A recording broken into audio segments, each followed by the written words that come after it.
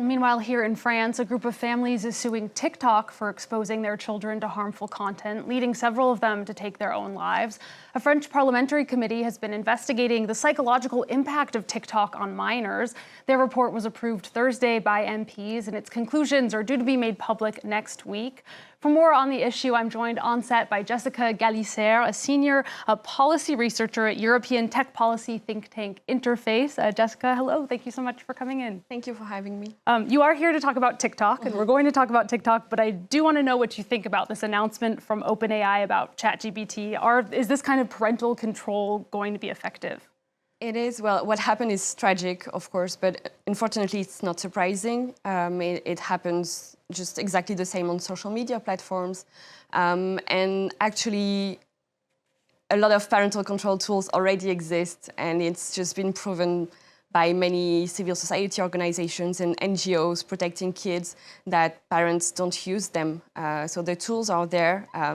They are not often used, so in the end, they're not very effective. And also, it's a bit of an easy answer from ChatGPT because it puts the responsibility back on the parents when it should really be a shared responsibility, and they are also responsible for the content that's on their services. So yeah, to me, it's a bit of a show that they are doing something, but when it comes to the efficiency, I'm a bit doubtful. Yeah, I mean, as you said, parents have to use the tools and then the kids have to agree to it, right? I mean, yeah, the accounts absolutely. are going to be linked. The parents have to know about the kid's account. Maybe the kid has a secret account. Yeah, and it puts the emphasis on controlling what your kids do, which to some extent is okay. It's the role of a parent, but you know, when it comes to looking at the history of the searches and this kind of things, it invades on the privacy of the kids, and so it's not the ideal solution in the end. And we should more empower kids and parents with digital literacy to understand what they are exposed to and to deal with it instead of just controlling.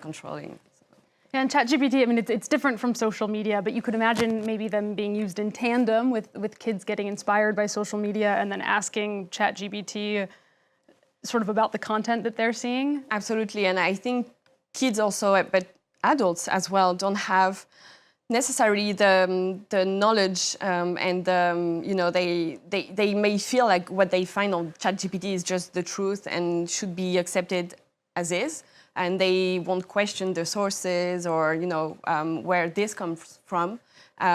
So yeah, it can be even more dangerous if used in combination with other tools. Yeah, definitely. Let's talk about TikTok, because I know that's where your specialty is. Why is TikTok often sort of singled out other than, beyond other social media companies? Well, especially when it comes to kids, but this is true for everyone. They have one of the most powerful recommendation algorithm. It analyzes your every move, how long you spend on a video, which content you like, how fast you swipe.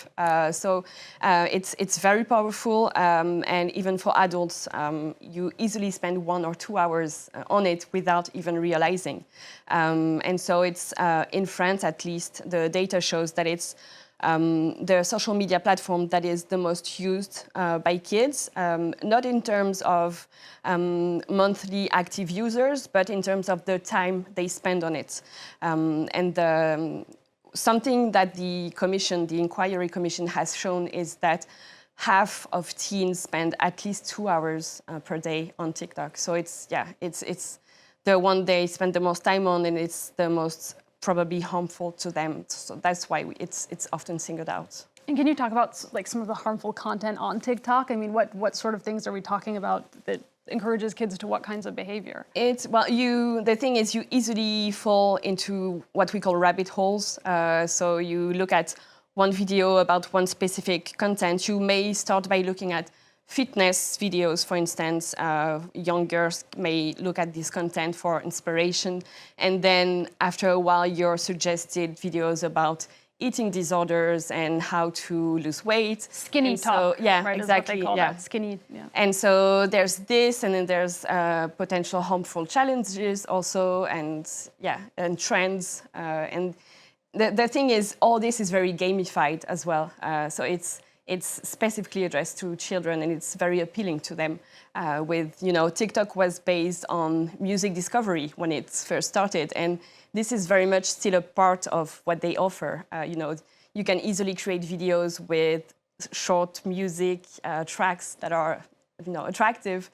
So this works quite well with children, unfortunately. And you were saying that parental controls are not really the way to go when it comes to trying to protect minors. What are some of the things that you would recommend? I mean, what policies need to be put in place to help protect kids? Well, I think parental control can work, but if we teach people how to use them and if they are used combined with other measures. For now, we have some measures at EU level and at French level when it comes to legislative instruments.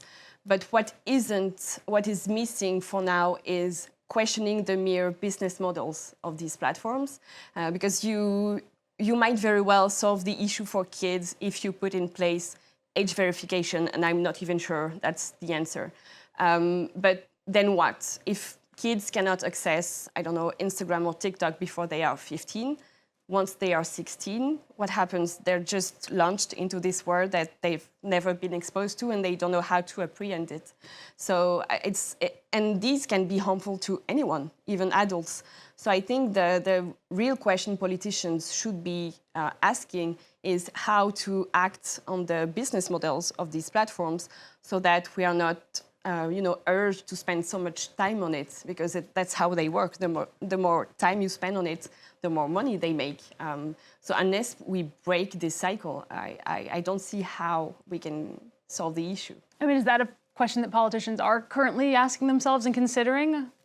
It's been considered to some extent under the Digital Services Act, the DSA, which puts obligation on platforms at EU level. There are some obligations on transparency when it comes to how the algorithm work, with regards to the interface of the service, especially for kids. But when it comes to questioning really the advertisement industry model that's behind it, the monetization issue, not really. And is the international aspect of these companies also a problem? I mean, if EU legislators want to put something in place, how do they apply that to a company that's based in China or in the United States? It's quite complex, and actually the DSA I just talked about applies to companies including outside of the EU as long as EU citizens are exposed to their services. But we see currently with the pressure from the US that this kind of legislation can become a topic for negotiation in the geopolitical tensions that are rising. So it's becoming complex because it's becoming very political.